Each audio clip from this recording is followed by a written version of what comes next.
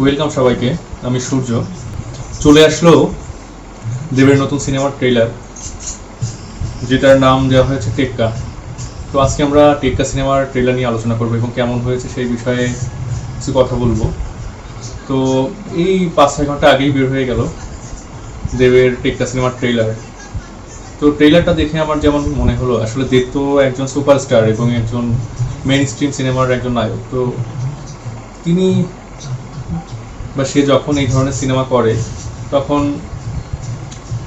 খুব একটা ভালো লাগে না যারা ফ্যান আছে তাদের কাছে।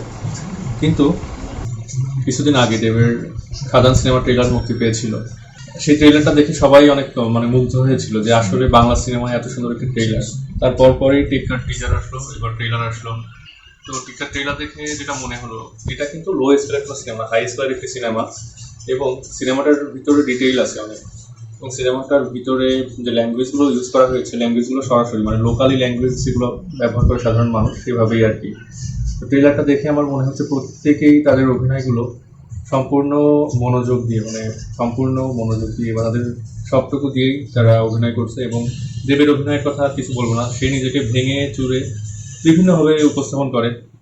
এছাড়া স্বস্তিকাকে দেখলাম। স্বস্তিকা তো জানে না, অনেক পুরাতন একজন নায়িকা। এখন স্বস্তিকা কিন্তু একসময় একজন মেইন স্ট্রিম নায়িকা হিসেবে অভিনয় করছে অনেক অনেক সিনেমাতে, কিন্তু এখন স্বস্তিকা আগের মতো নয়। তবুও আছে, এখানে একটা রোলে আছে এবং একটি গুরুত্বপূর্ণ রোলে আছে স্বস্তিকা, দেখা যাচ্ছে। এবং রুক্মিণী পুলিশ হিসেবে আছে, তাকে মোটামুটি ভালো লাগছে, সমস্যা নেই। এখানে মেইন যে গল্পটা মনে হচ্ছে যে যখন যারা আর কি অসহায় বা গরিব বা যারা নিম্ন মধ্যবিত্ত থেকে নিম্নবিত্ত যারা আছে, তারা বিভিন্ন অফিস আদালতে কাজ করে, যেমন মনে করেন আপনার ঝাড়ুদার, সুইপার, প্লাম্বার, এই ধরনের, অথবা অফিস সহকারী, এই ধরনের যে মানুষগুলো আছে তাদের সাথে কেমন ব্যবহার করা হয়। মানুষ তাদেরকে গুরুত্ব দেয় না, তাদের জীবনের কোনো গুরুত্ব নাই, তাদের কথার কোনো গুরুত্ব নাই। এই জিনিসগুলো নিয়ে একটু প্রোটেস্ট করবে এই সিনেমাতে, এই ধরনের কোনো কিছুই মনে হচ্ছে। তবে ডিটেইল যে ঘটনাটা সেটা এখানে বোঝা যাচ্ছে না। আর যেটা বোঝা যাচ্ছে সেটা হলো যে আপনার ট্রেইলারে অনেকখানি আর কি আবার এটা জিনিসটা খোলসা করে দেওয়া হয়েছে। যেমন এখানে দেখা যাচ্ছে দেব প্রোটেস্ট করার জন্য স্বস্তিকার মেয়েকে কিডন্যাপ করছে এবং সেখানে পুলিশ, জনগণ, সাংবাদিকরা, বিভিন্ন খবর হচ্ছে।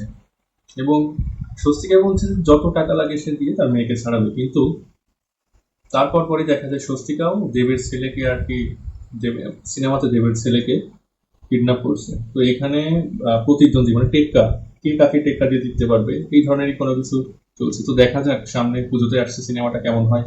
যদিও আমরা বাংলাদেশ থেকে সিনেমাটা দেখতে পাবো না সরাসরি, তারপরও অপেক্ষায় থাকবো আর কি। যখন আসবে ওটিটিতে অবশ্যই দেখবো। আর আমার দেখে মনে হলো যে এটা খুব ভালো কোয়ালিটির একটি সিনেমা, কিন্তু দেবকে আসলে খাদানের মতো সিনেমায় দেখতে চাই আমরা। আর সবাই জানাবেন যে কমেন্টে যে আপনাদের কেমন লাগলো টেক্কা সিনেমার ট্রেইলার। আর অবশ্যই কমেন্ট করে জানাবেন।